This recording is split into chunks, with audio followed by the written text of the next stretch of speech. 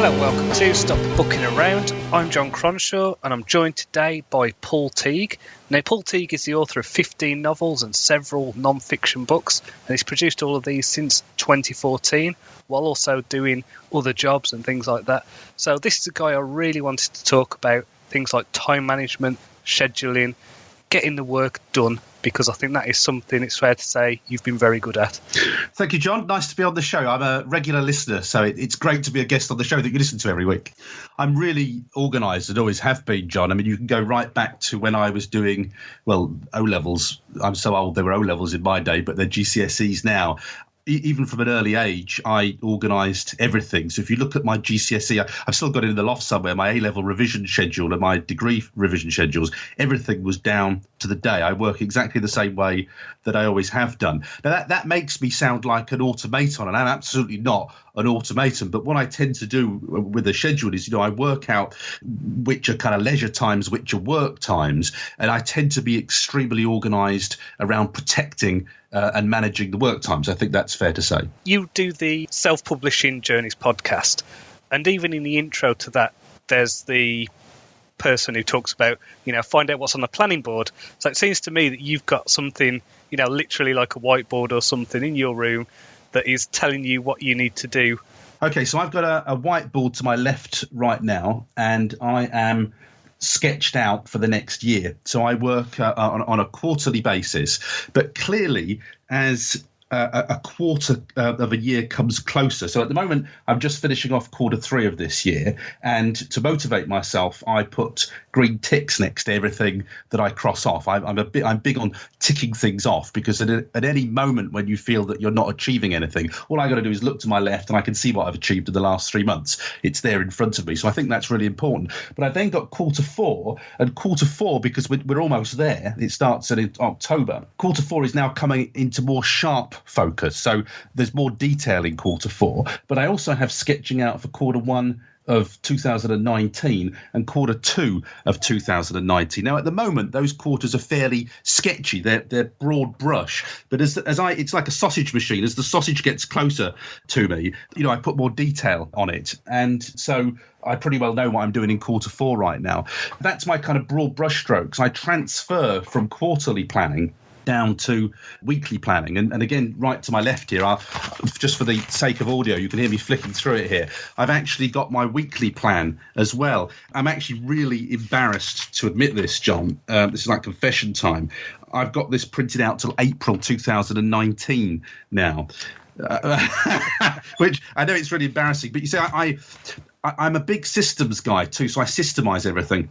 And I have a weekly planner sheet, which is in, as a Word document. I'm happy to let you, have a link to that if you want it. If people want to download it and adapt it, it works for me and my schedule. You will want to adapt it.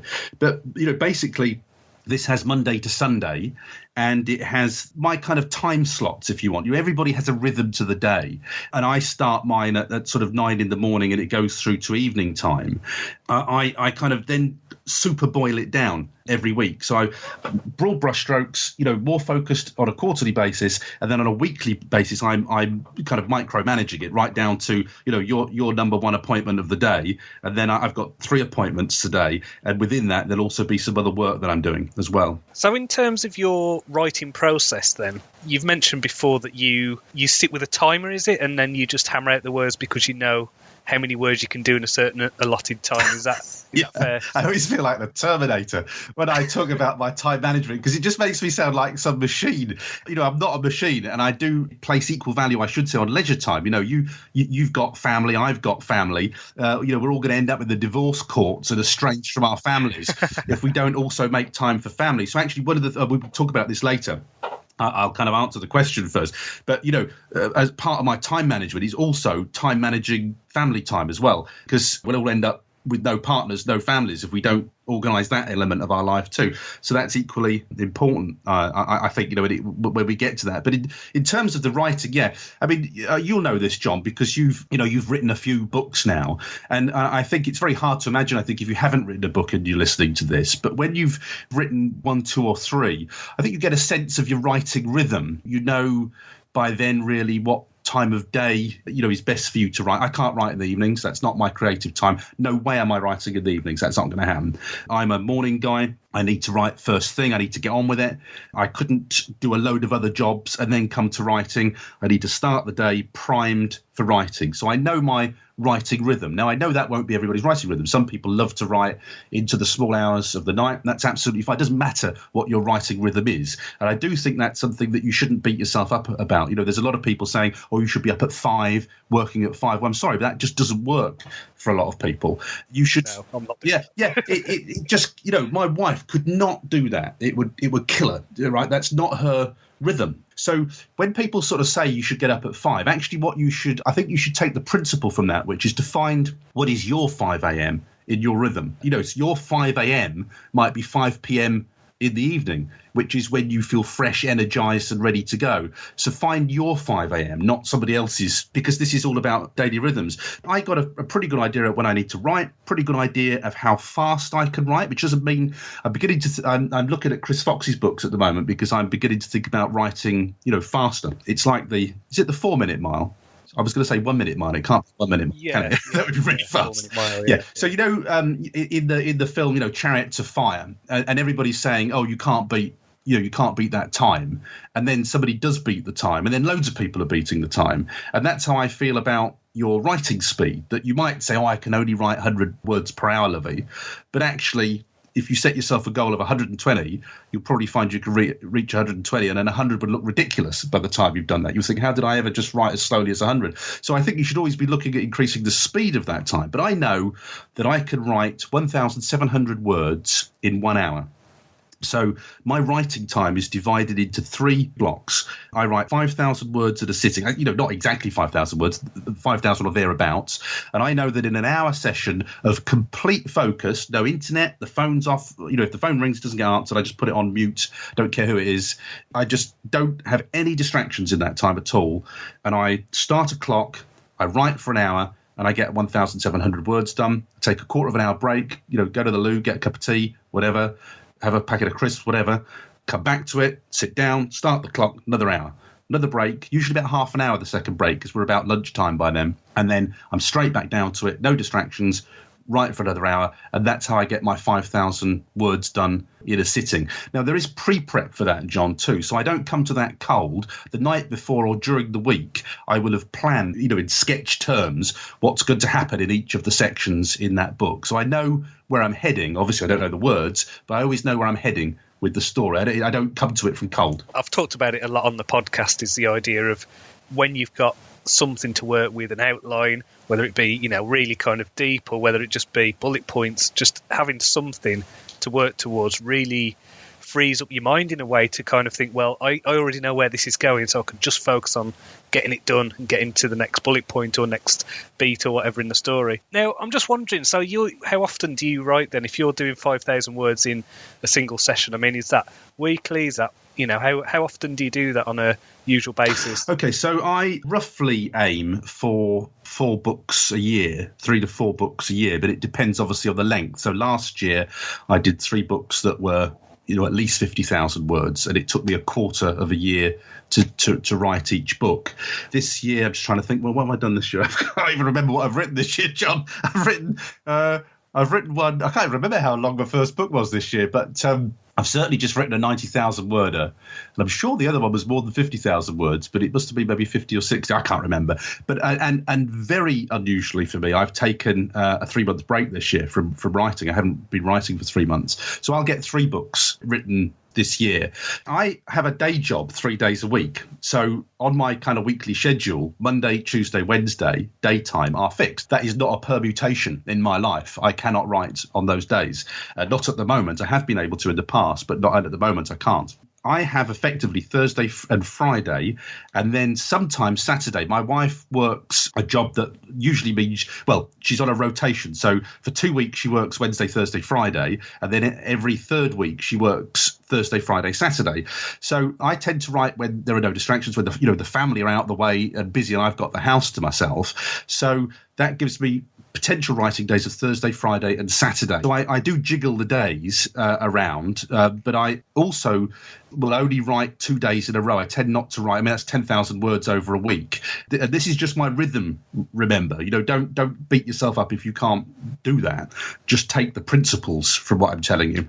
But I will tend to write either a Thursday or a Friday and a Saturday, just depending on the way the week goes. And that means that I can write a 90,000 word book in a quarter, every quarter of a year. And then it's kind of timed at that, really. The other thing is that you're familiar with Belbin, John, are you? One of these character psychological profile things that they use in corporate life. Have you ever been on the receiving end? No, I don't know this one. No, I've seen a few of these different things like the Myers-Briggs and the trait personality kind of things. I think there's quite a few of them, isn't there? But no, I'm not familiar with that one. Well, I did one when I was at the Beeb, and it was, I'm sure it was called Belbin. You're making me doubt myself now. I'm wondering whether it was Myers-Briggs. But anyhow, it's one of these psychological profiles. And when you're sort of relieved to find that you're not a psychopath or a killer when they do these things, that's always good news, isn't it, when you find out that bit. But I'm what's called a finisher completer. I don't like the process. I get my satisfaction when the job is done, which is why I deliver a lot of results to people, because I don't sit there telling them how wonderful I'm going to be and how brilliant it'll be. I just deliver the results. That's what I get excited about, and that's why ticks on my planning boards are so important to me. When I put a tick on there, that's like somebody giving me a bar of chocolate or a cup of tea or something. That's where I get my satisfaction, from putting the tick and finishing the job. So I'm not the kind of person who could write 100 words and then go do something else and then go do another 100 words. I have to do things in a block. My wife, for instance, when she reads, she can read 50 words here and then she'll put the book down and come back to it later, do a bit of cooking, do a bit of reading. I can't read books like that. When I read books, I sit down, I read for an allotted period of time. So that's just the way I'm wired. I was saying you've got to find your own rhythm. That's my rhythm. I like to write 5,000 words at a time. I like to write in dedicated blocks where that's what my mind's focusing on. And I do have those set days of the week because of my routine where I can do the writing. If I didn't squeeze the writing into those Thursdays, Fridays, Saturdays, the books wouldn't get written. It's end of story. In the Chris Fox books, and I think there's a few other people who endorse this, but it's the idea of tracking your progress. Do you do anything like that? Because for me, since I started doing that, I've found my productivity has actually increased. So I track my word counts or however many words I've been editing. And I think I started off, I was, hovering around a 3,000 word range on a really good day. And then going up to, sometimes I'll do 5,000 words in a day quite easily. I've even done a 10,000 word day, but that was non-fiction. So I do know I can do that. Yeah. So that's kind of my aim now, is like, I want to get to that 10,000 word point, but we'll see. So I have on my whiteboard, I have, the word count projections, building up the book, so I know I'm going to get it done. When I'm writing in Scrivener, I use the word count function within Scrivener that tells me, how many words I've achieved. So I keep writing until I've written through 1,700 words in each section. So I must have written at least 1,700 words in that hour. Clearly there's a story to take account. I don't just suddenly stop at 1,700. Clearly I've got to wind the chapter up. But you see, I also find that word count discipline, John, good for pacing as well. It means I don't ramble on. So although it sounds like my books are formulaic, they're not formulaic. They are and they aren't, in that when you read the story, you wouldn't pick this up. You wouldn't get this sense that there's a formula going on here. But when I write a book, I write a chapter a day. Each chapter has 3 parts. Each part ends on a question or a cliffhanger.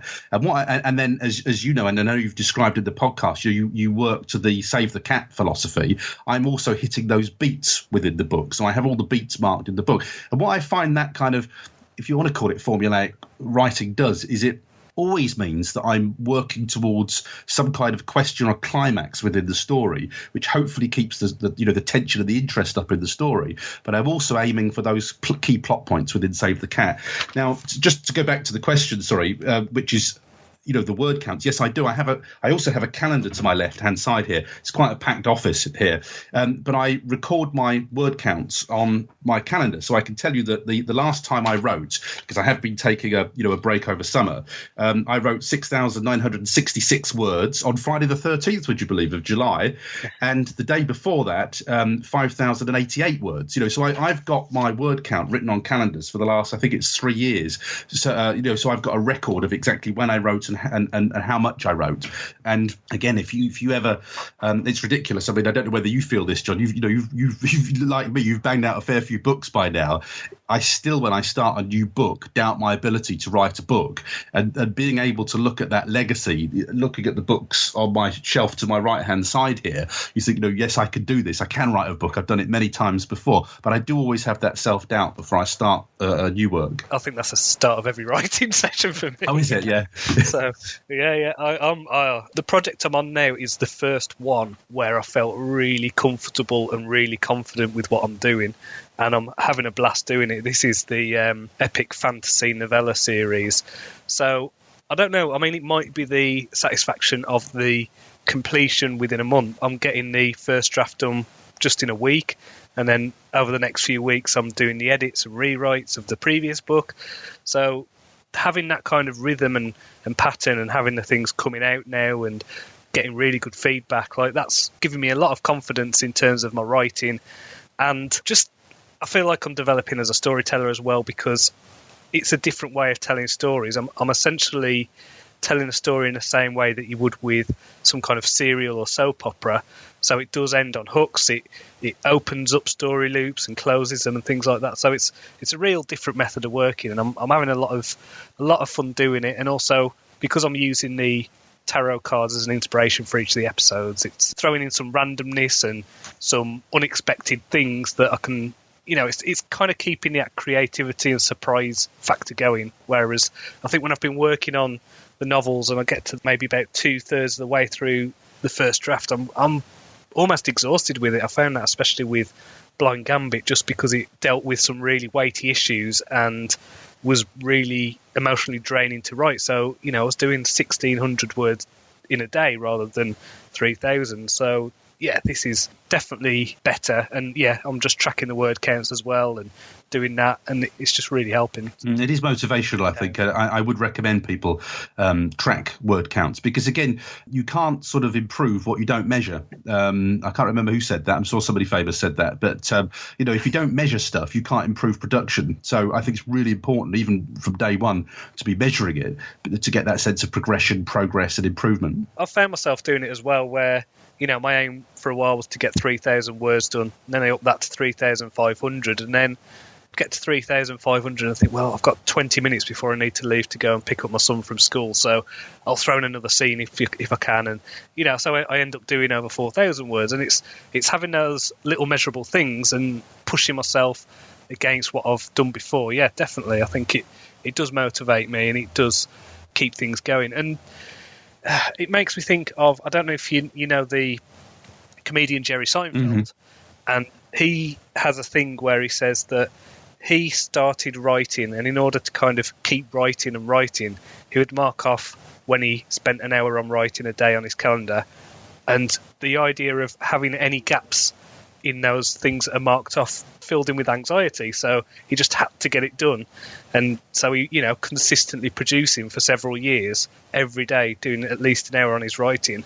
And yeah, so I think it's little things like that, little visual cues, little challenges to yourself where you can think, right, I can improve this, I can do this, and then the satisfaction of doing that. And yeah, I suppose this is all well and good, but I mean, what happens to you if life gets in the way or something unexpected gets in the way of this? I mean, where does that leave you in terms of planning? Well, I always have buffer days, so I do buffer. I always have extra writing days scheduled. So I've already planned up to Christmas, for instance. So I've detailed planned on my weekly planners quarter 4 now, isn't it? The last quarter of the year. And then I've kind of penciled in the writing days, but I also have buffer days on which I'm flexible. So the other thing, and I alluded to this at the beginning, John, I think it's important. I don't think I could write. I couldn't write. Well, I couldn't. Of course I could, but I don't know whether I'd want to write 5,000 words a day 5 days a week, for instance. I certainly wouldn't do it 7 days a week because I think I would burn out.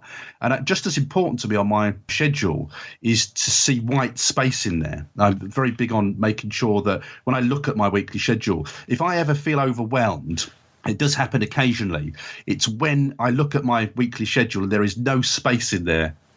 For me, there's no space at all in there. And this is an important part of scheduling too, is to give yourself a break. And actually that time, again, I think you get more confidence in the rhythms of the way that you work. I call that chugging time. And it's where I chug ideas for my books in my head. I need that free time to just work through. And I often I have plot breakthroughs and things during that time. So I think if you were constantly working and working on a book, I don't think you'd ever have the space to just maybe step outside it and see the links that are quite obviously there a lot of the time. So I think white space, we've just done a summer holiday. I know you've been talking about it. It creates a lot of pressure because it diverts you from your routine. The way I manage summer, I've actually I could have written a book over summer, but I haven't. I've actually just entirely focused on the marketing over summer. So I've intentionally missed a quarter for writing this year, entirely to get my marketing house in order, because one of the things I'm good at is producing content. One of the things I'm bad at is selling that content and making sure I'm selling enough of it. And I had, because I've written so many books now, and I'm still not able to do this as a full-time living. I had a little tiz recently, as you'll know, because you listen to the podcast, and say, I should be able to earn a living with the books I've written now. And the reason I'm not is because I've focused too much on producing stuff and not enough time on marketing it. So I made time in the schedule. I changed the schedule not to write over summer, to adjust to a need. The other thing I did at the beginning of summer to the kids, because I got older kids now, is I said to them, write me a list of what you want to do over summer in terms of going out days and things like that, and then I will schedule those days. They got scheduled. And I had buffer days because it's the UK. It rains in the UK, so I had buffer days for those. And we've ticked off all the things on the list. So there's a guy that I listen to. I mentioned him on my podcast. A guy called Robin Sharma, and he has this sort of catchphrase, which is the things that get scheduled are the things that get done. And I think you should apply that, to everything, including family time. Family time is important to me, so I don't want to work all summer holiday. I want to spend time with my kids because, one's gone back to university, the other's about to go back to university.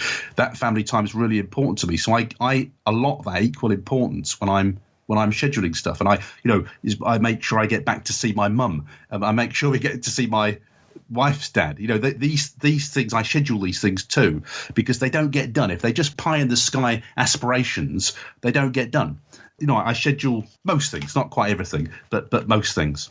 I can definitely see that being a benefit, because I was just thinking then I've been trying to arrange going to see a friend of mine who lives in North Wales, and we'll definitely have to do something, and then I think that it never gets scheduled. So yeah, I'm gonna have to take that on board actually, in terms of applying the scheduling stuff to my regular life as well as just the writing life. The thing you said about the white space is so important, and just the ability to, whatever you want to call it, refill your creative well, or just having time to think and to not be kind of super focused on a project is actually really useful. And I think it's also really underestimated for authors.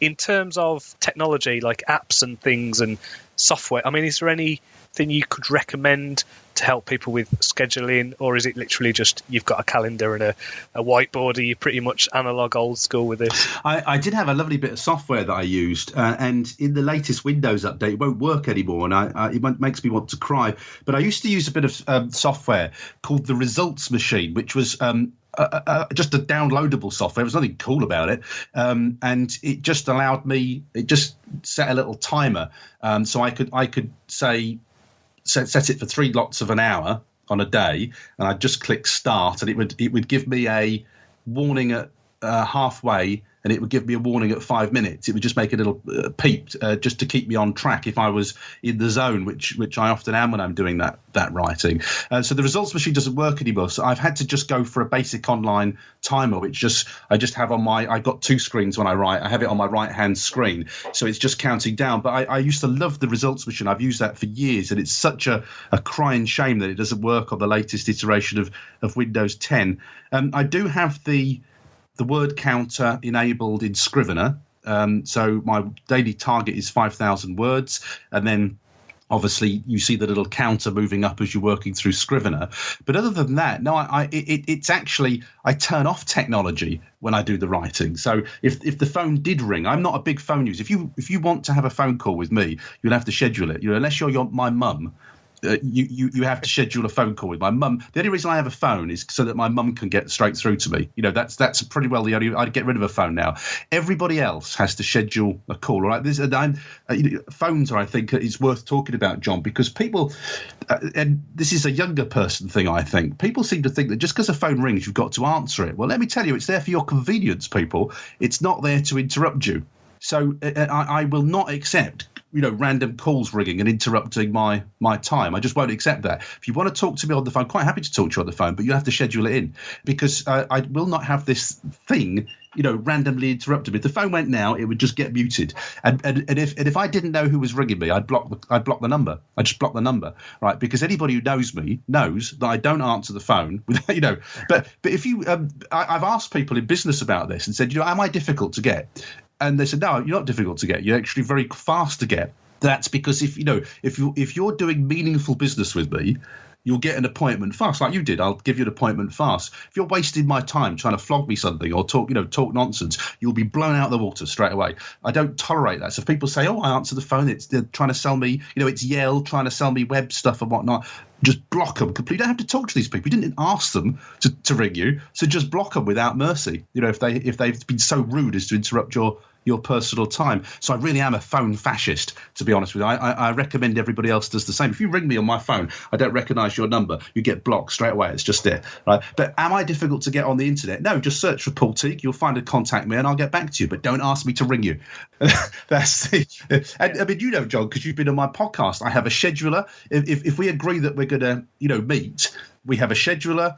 It sends you reminders, and I'm always there at the appointed time. So it's not that I'm difficult to get to, it's just that I manage that because that's a time management thing to me. The great thing about Android phones, I don't know about iPhones at all, but one thing I do when I'm writing is I put my phone on blocking mode. The only people who can get hold of me are my wife and my son's school, and that's it. So it's like it blocks off all the distractions, and my wife knows not to call me apart from at lunchtime and stuff. So we've got that arranged. We know. There's also something as well that this is kind of linked, and I suppose it is really because of you protecting your time and things like that. And we met in person again quite recently at a podcasting networking event in the Northwest. And one thing that I really applauded you for and I thought was great was there was someone asking, I think it was about skill sharing or something like that. Essentially, I think the impression was that, we do work for each other, and you were just like, look, I'm going to politely say no. And that was great to me. I thought, yeah, you need to be able to say no to people and focus on what is important to you. Yeah, I don't mind saying no. It's interesting. I've just reread a book called The One Thing, which I recommend, by Gary Keller with a guy called Jay Papasan. And one of the things that they talk about, the one thing. So as writers, I can't actually boil it down to one thing, because our one thing is like writing and selling books. It's publishing books, isn't it? Because you need to write, you need to sell them, you need to market them. So publishing books, yeah, that's our one thing, isn't it? I've been super focused on this over summer. What are the things I must do? And that's, so yeah, publishing books is what we do. So therefore, anything else that isn't publishing books, that doesn't work towards me publishing books, is a no if it makes demands on my time. Now, you can politely say no, but one of the things they say in this book is that the power of focusing on your one thing is knowing what to say yes to. But actually, saying yes to your one thing is often saying no to all the other things that people ask you to do. And people, I know this because I'm sort of a fairly tech savvy guy. I can solve a lot of problems.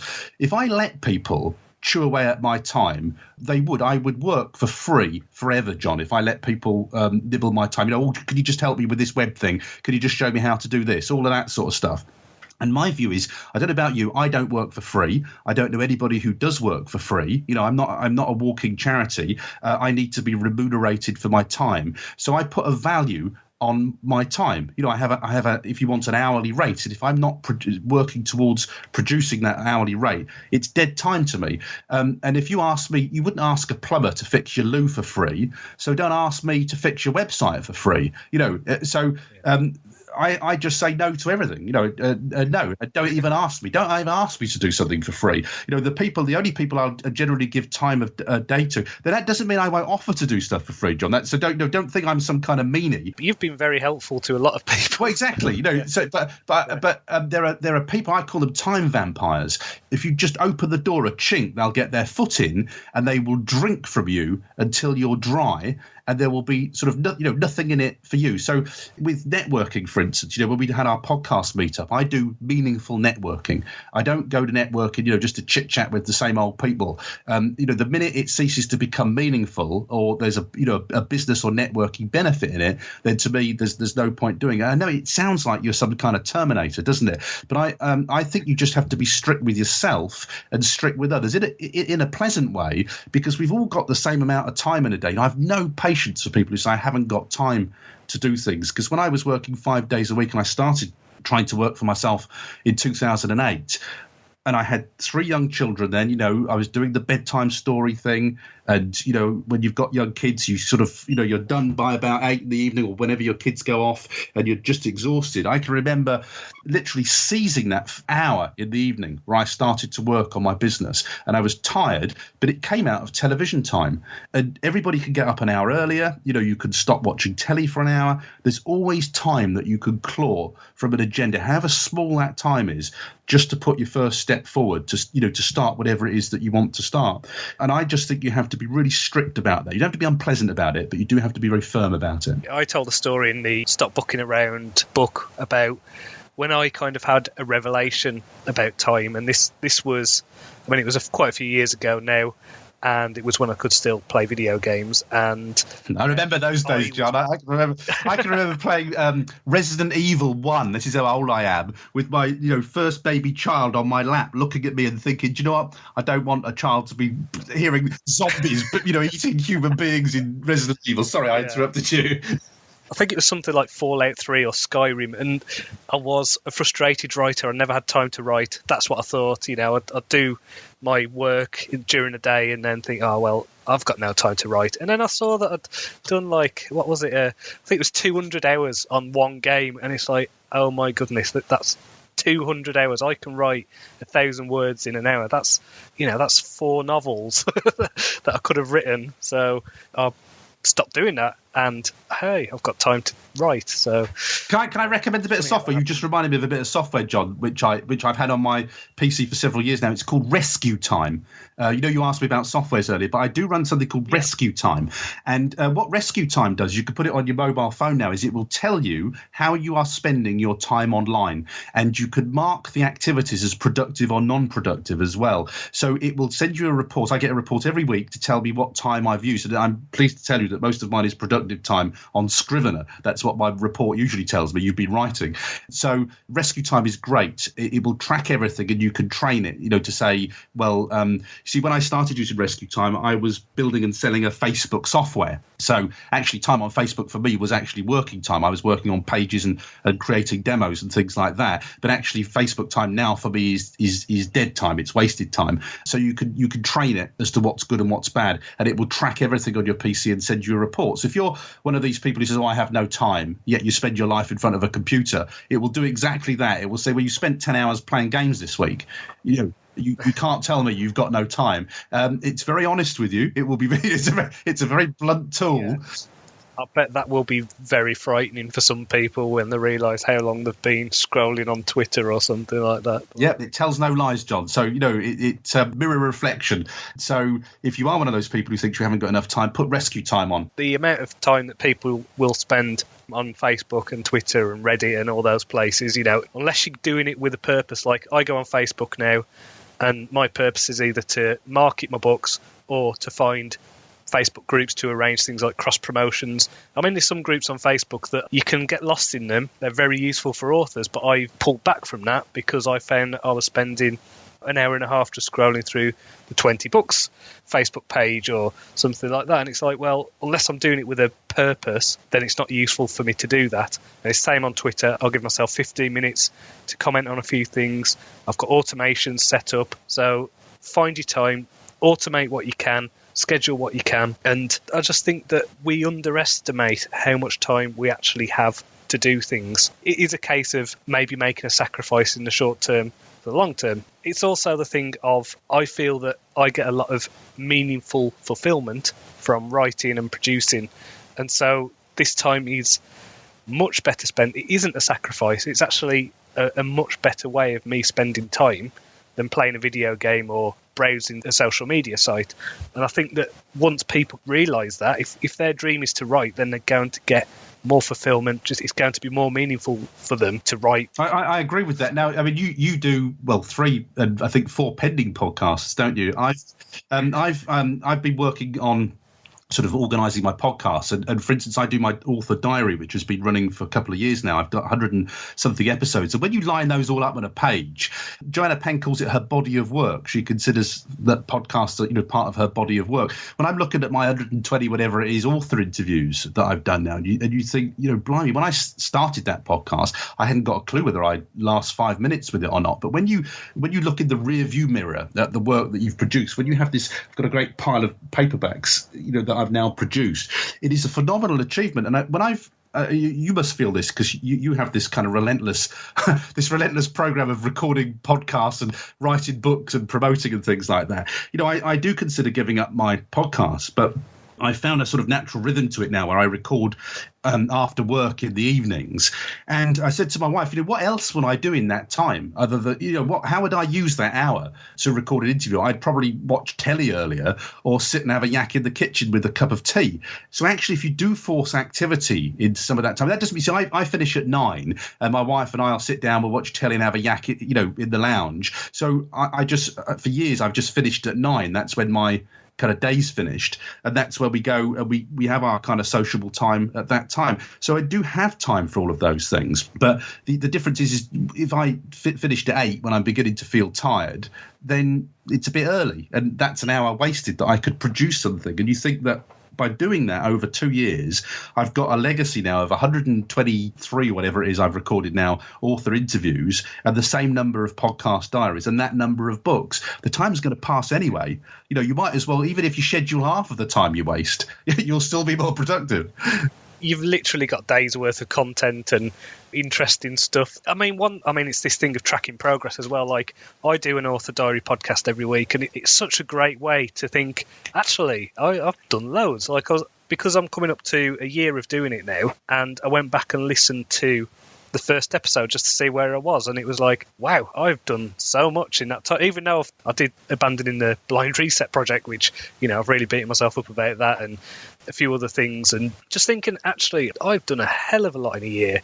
I've produced so much, and that's actually given me a real boost because I know that I've not just been wasting my time and messing around, and just I feel like I'm doing something that is meaningful to me, and I'm creating assets that my son can benefit from after I'm dead. So yeah, absolutely. But you make me tired, John. When I listen to you, because I have all your podcasts, coming through, so I know what time it takes to produce all this stuff, and I'm watching you put your books out. You also have a formidable work rate as well. So this is why I was talking about, and I know you're also, I say managing a family is the wrong word, but you've got your son to take to school, you've got the school run to do, and all these things which sort of interfere with your time. You have to be very organised to get that work output done. And I sometimes feel tired on your behalf because I know I was sitting editing. What was I doing last night? I was preparing a podcast that I'm recording tonight last night whilst editing and listening through to one that I'd recorded on Monday night. And then sometimes, I just go spare by the time I've done the social media stuff and uploaded it to Libsyn. I think, I've had enough tonight. When I hear you doing your 3, I think, well, you're doing an extra one on top of mine. And it just must be, it's so tiring for you sometimes. I try and keep the editing down to a minimum if I can. Yeah. So. Again, it's the only way to manage that, isn't it? I always say that to people with podcasts. If you super edit, you'll never get the thing out. You just have to get the thing out, have to get the product out there. You mentioned the one thing earlier. I have literally just got that on my phone, so I'll be listening to that over the next week. I mean, are there any more books in this kind of area that can help authors to increase productivity and get more focus, that kind of thing? Yeah. I mean, a whole stack of books on my shelf. A couple of books I recommend. The E-Myth by Michael Gerber, which is not what I thought it was when I read it, because it had the E in it. I thought, it's going to be all about tech and things like that. But it's worth just familiarizing yourself with the principles in the E-Myth, because the E-Myth is all about systemization. It's about, I'm big on this, that if I have to do a routine task more than once, then that's something that I need to systemize. And so, my podcasts are systemized. I have processes for everything that I do to reduce the amount of time and the repetition that I have to do. So I have templates for everything, to speed up that whole process. I have templates for my books as well. So the E-Myth, the concept of it is about automation and systemization. So that's a book that's worth reading. Now it's often about offline businesses. It's not specifically about authors, but I would highly recommend you get used to that principle. I think the other book that I really like is one by Brian Tracy, and it's one I read very early on in my entrepreneurial career. And it's called Flight Plan. And again, a lot of these books, make a whole book out of a basic concept. But the concept of Brian Tracy is that when you go on an aeroplane flight, the pilot is constantly making lots of tiny adjustments because of wind and weather and things like that, but that you always land at your destination. So as authors, my destination, say, is to write a trilogy of books, but within that, and although I might schedule it, I've got my flight plan. I'm going to have lots of little diversions along the way. So a child who's sick and needs looking after for a day, all those sorts of things. But this concept of flight plans and mini adjustments really resonates with me, and I apply it in my own business. Somebody asked me about this on Twitter the other day. I have my planning boards, I have my weekly planning sheet, but that doesn't mean that I can't adjust my flight plan. And as you know, because you listen to the diaries, John, I made a massive course adjustment this year in saying I am going to focus for 3 months on marketing and on getting my kind of marketing house in order. And I did that because I've read the flight plan, I get the idea. And your Blind Gambit book too, that was a course correction for you, and you're beating yourself up about it. But if you put it in the context of Brian Tracy's flight plan, you'll see that, actually it was a right course adjustment. It was the equivalent of you, I don't know, saying, shall I fly through the storm or should we just go up a few thousand feet and fly over it? That's all it was. So it's a really good book for getting time management, I think, in perspective and just, grasping what we're trying to achieve here. We'll still arrive at the destination. It'll just be with slight course corrections along the way. Where can we find you online then, Paul? I'm all over the place, John, but I think for the purposes of this podcast, I always promote your podcast as buddy podcast. If you listen to mine, you'll like John's, and hopefully people who listen to yours will like mine. They'll get we're all doing different things, but we're all aiming at the same part of the market. So I'm going to say if you check me out at selfpublishingjourneys.com, which is my podcast too, that's probably the best place to start if you want to take a deep dive into this. And again, probably pick some of the interviews. The author diaries, I think, seem to give people most reassurance, because in there, if you've got the resilience to work through the author diaries, you've got me there making nothing from books, just having written my first books, right through to having had a £5,000 month in the last month. You could hear the pain, the tantrums, the anguish, the self-doubt, the things I've learned. You can follow the whole thing through. So I think that's probably the best place. Thanks very much for coming on to the interview. Next time we will have Russ. We're going to catch up on his novel and make sure that he's still writing and that his outline is finished. So that should be good. Remember, you can follow me on Twitter. It's at JL Cronshaw. You can also email the show. It's john@johncronshaw.com. That's JONCRONSHAW. And if you want to help support the show, please do check out the Stop Booking Around book. So it's available as paperback, ebook, and on Audible. So until next time, cheerio. Fantastic. There you go. You get a tick on my schedule because we've completed an item.